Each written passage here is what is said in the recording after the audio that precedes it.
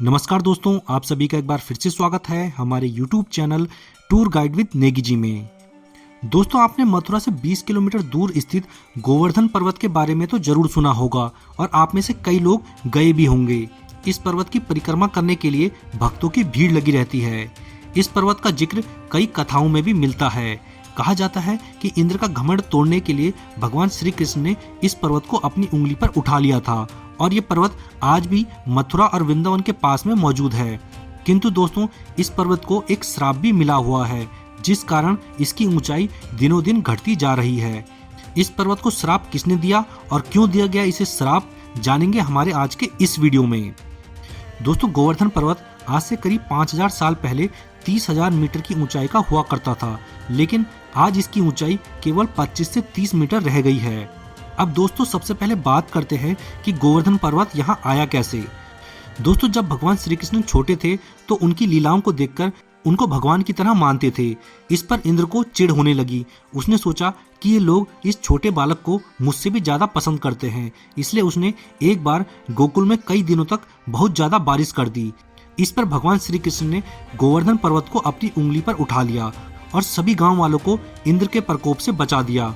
ये देखकर इंद्र का घमंड टूटा और उसने भगवान श्री कृष्ण से माफी मांग ली। तभी से गोवर्धन पर्वत यहाँ पर स्थापित हो गया और लोग यहाँ पर गोवर्धन पर्वत की परिक्रमा करते हैं और पूजा अर्चना करते हैं। और आज भी मथुरा और वृंदावन की यात्रा पर जाने वाले ज्यादातर श्रद्धालु यहाँ गोवर्धन पर्वत की परिक्रमा करने भी जरूर आते हैं। लेकिन दोस्तों, इस पर्वत को श्राप कैसे मिला, इसके पीछे भी एक कहानी है।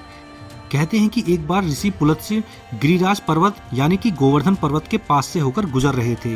उनको इस पर्वत की खूबसूरती इतनी पसंद आई कि उन्होंने द्रोणाचल पर्वत से आग्रह किया कि वो काशी में रहते हैं और उनको अपना पुत्र गोवर्धन मुझे दे दें ताकि मैं इन्हें काशी में स्थापित कर सकूं। ये सुनकर उन्होंने ऋषि से पूछा कि आप इतने भारी भरकम पर्वत को कैसे ले जाएंगे। तो ऋषि पुलत्स्य ने कहा कि मैं अपने तपोबल से इनको अपने साथ काशी ले जा लूंगा। ये सुनकर गोवर्धन काशी जाने के लिए तैयार हो गए, लेकिन उन्होंने ऋषि से कहा कि मेरी एक शर्त है कि आप मुझे जहां पर भी रखेंगे मैं वहीं पर स्थापित हो जाऊंगा। तब पुलत्स्य ऋषि ने उन्हें वचन दिया कि ऐसा ही होगा। ऋषि अपने तपोबल से पर्वत को उठाकर ले जाने लगे। जब रास्ते में ब्रिजधाम आया तो गोवर्धन को याद आया कि यहाँ पर भगवान श्री कृष्ण बाल लीलाएं कर रहे हैं, इसलिए यहाँ उन्होंने अपना वजन बढ़ा लिया और यहीं पर स्थापित हो गए। ऋषि अपना पूरा बल लगाकर भी पर्वत को आगे नहीं ले जा सके। इस बात से ऋषि को बड़ा क्रोध आया कि रास्ते में ही गिरिराज ने अपना वजन बढ़ा लिया और मैं इन्हें काशी तक नहीं ले जा पाया। इस पर ऋषि ने गिरिराज जी को श्राप दे दिया कि जिस विशाल रूप का तुझे घमंड है वो रोज तिल तिल कर कम होता रहेगा।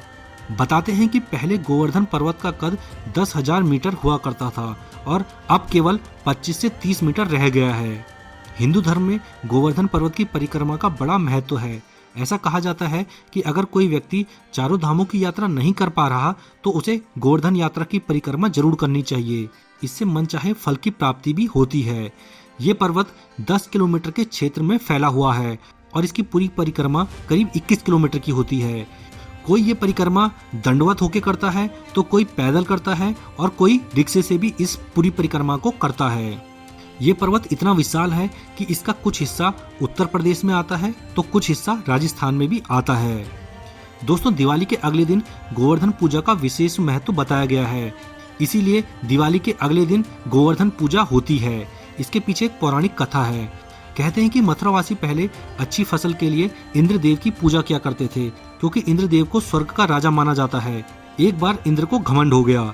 तब इंद्र का घमंड तोड़ने के लिए भगवान श्री कृष्ण ने ब्रजवासियों को समझाया कि गोवर्धन पर्वत की उपजाऊ भूमि की वजह से यहाँ पर फसल अच्छी होती है और मथुरावासियों की मेहनत से ही ये सब संभव हो पाता है।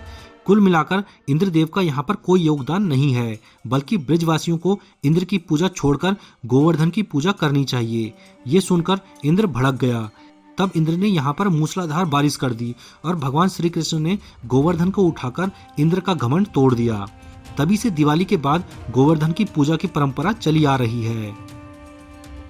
दोस्तों, आप में से कौन कौन गोवर्धन पर्वत की परिक्रमा पर गया है हमें कमेंट करके जरूर बताना। और वीडियो अच्छा लगा हो तो वीडियो को लाइक करके हमारे चैनल को भी सब्सक्राइब कर लीजिए। इसके बाद मिलेंगे नेक्स्ट वीडियो में, तब तक के लिए धन्यवाद। जय हिंद।